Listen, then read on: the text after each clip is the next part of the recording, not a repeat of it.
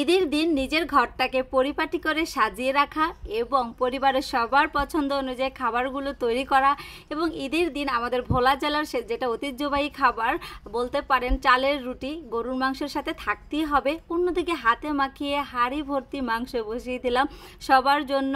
ঈদ মোবারক, আসসালামু আলাইকুম। চলে আসলাম ঈদের দিনের ছোট্ট একটা ডেলি লাইফ ব্লগ নিয়ে। সবাই কেমন আছেন? আশা করছি সবাই ভালো আছেন।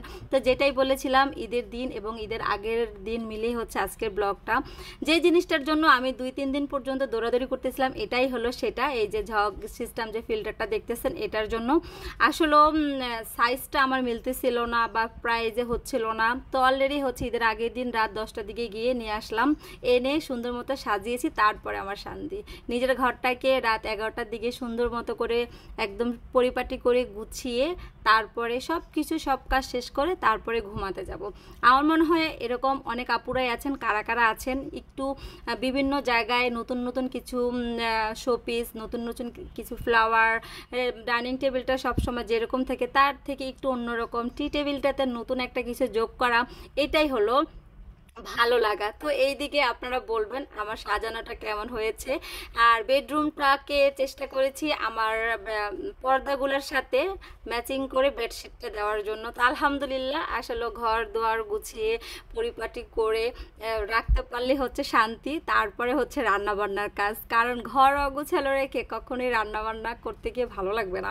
তো যাই হোক, কেমন হয়েছে আমার ঘর সাজানোটা অবশ্যই সবাই বলবেন। আর ঈদের দিন যেহেতু বরাবরই আমরা চেষ্টা করি ছোট্ট একটা কেক আনি সবাই মিলে খাই মজা করি। আসলে ঢাকা শহরে যেহেতু আত্মীয় স্বজন রিলেটিভস নাই বা পাড়া প্রতিবেশী আমাদের দেশগ্রামে যেরকম হয় নিজেদের ঘরেই, তো চেষ্টা করি ঘরের ভিতরেই বাচ্চাদের পছন্দ অনুযায়ী খাবারগুলা রেডি করে রাখা। আর এই তো পায়েসটা আমি রেডি করেছি, কিন্তু এটা ঈদের আগের দিন রাতেই, যেহেতু সকাল সকাল উঠে কিন্তু আমাদের অনেকটা কাজ থাকবে, তো সেই জন্য তো এগুলো হচ্ছে কিন্তু ঈদের আগের দিন রাতে আমি ঘর দুয়ার যে সাজিয়েছি সব কিছু পরিপাটি করেছি সবই হচ্ছে ঈদের আগের দিন রাতে।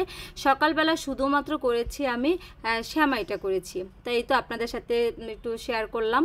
আসলে বেশি কিছু আয়োজন করি নেই, কারণ যেহেতু আমাদের বাসায় মানুষজন খুব কম আর মিষ্টি জাতীয় জিনিসটা দেখা গেছে শুধু আমার ভাই একটু যা মোটামুটি খায়, মাহিদি মোটামুটি ওরকম কেউ না। তারপরও পরে হয়তো খেতে ইচ্ছা করে, বাট ঈদের দিন খেতে ইচ্ছা করে না। আর এইদিকে হচ্ছে আমরা যেটা বলেছিলাম যে আমাদের ভোলায় যতদিন ঈদের মাংস থাকবে, কোরবানি থাকবে, চালের রুটি অনেক বেশি বেশি করে করা হয়। তো ওইদিকে মাশাআল্লাহ আমার বড় ছেলেটাও পছন্দ করে, আমার ভাইও আছে, আপনাদের ভাই, আমরা সবাই চালের রুটি পছন্দ করি। তো এইদিকে আপা হচ্ছে বানিয়ে দিচ্ছে, আমি একটু ছেঁকতেছি। তো আমি সবগুলো করি নেই, জাস্ট 10-12টার মতো করছিলাম। আর এইদিকে হচ্ছে আপাই করতেছিল, প্রায় অনেকগুলো রুটি করছি।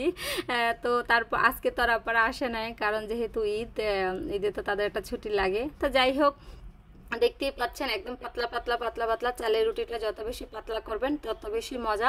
তো এইদিকে কিন্তু রুটি হতে হতেই আমাদের গরুটা একদম সকাল সকালই জবাই করা হয়ে গেছিল। তো তাড়াতাড়ি করে রান্না করার মাংসটা আপনার ভাইয়া পাঠিয়ে দিয়েছিল, ভুড়িও পাঠিয়ে দিয়েছিল। তো এইদিকে হচ্ছে আপা এক চুলায় করতেছিল আর অন্যদিকে আমি আগে ভুড়িগুলোর প্রসেসিং করছিলাম, করে সেদ্ধ করে রেখে দিয়ে তারপরে হচ্ছে গরুর মাংসটা বসিয়ে দিয়েছি একদম বড় পাতিলে করে। তা আসলে এটাই একটা মজা।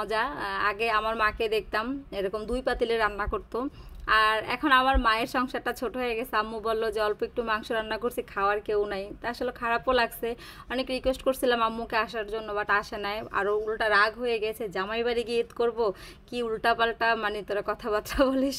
তো যাই হোক, আমাদেরও ভালো লাগতেছিল না আম্মু যদি থাকতো। আর আমাদেরও সংসার হয়ে গেছে, এখন বাচ্চাদের পরীক্ষা কিছুদিন পরই, মন চাইলেও যেতে পারতাম না। আর এইদিকে হচ্ছে সব ময় মশলা সব কিছু দিয়ে, অনেকে হয়তো বলতে পারেন যে আপু তোমার হাঁড়িটা ছোট হয়ে গেছে, কিন্তু মাংস কষানোর পরে কিন্তু মাংসটা অনেকটাই বসে যায়। তো সেই জন্য আমি এই পাতিলে রান্না করছি। আলহামদুলিল্লাহ সব কিছু একবারই যে মশলাপাতি দিয়েছি, আর দ্বিতীয়বার কোনো কিছুই দেওয়া লাগে না। আলহামদুলিল্লাহ রান্না করতে করতে এখন মনে হয় সব কিছুর আন্দাজটা হয়ে গেছে, একটা কিছু লাগে না, লবণ হলুদ মরিচ এভরিথিং। তো এই তো একদম সুন্দর মতো করে বসিয়ে দিয়েছি। বসিয়ে দিয়ে এবার ওইদিকে হচ্ছে আপনাদের ভাইয়া সব মাংস টাংস নিয়ে আসছে। এবার তো সেগুলা যাকে যাকে দেওয়া দরকার অবশ্যই আগে হচ্ছে যারা যারা গরিব আছে বা আত্মীয় স্বজন যারা যারা আছে দেওয়ার, তাদেরটা ভাগ করে তারপরে নিজেদেরটা। তো এই ফাঁকে ফাঁকে উঠে উঠে এসেও আবার আমি মাংসটা দেখতেছিলাম। দেখেন মাংস থেকে কিন্তু এক ফোঁটা পানিও দেওয়া হয় নাই। আর আমি কোরবানির মাংসতে আমি কখনোই পানি মানে এক ফোঁটা পানিও আমি কখনো ইউজ করি না, কারণ তো এমনি সিদ্ধ হয়ে যায় আর বেশিক্ষণ লাগেও না মাংসটা সেদ্ধ হতে। মাশাল্লাহ, আর রান্নাটা অস্থির হয়েছে, খুবই মজা হয়েছে। আসলে কোরবানি ঈদের মাংসের ভিতরে আল্লাহ তালার যেটা মানে কি বলবো, একটা অস্থির একটা ঘ্রাণ বা মজা থাকে। তো এটা আমরা সবাই জানি। তো কেমন লাগলো ব্লগটি? আসসালামু আলাইকুম।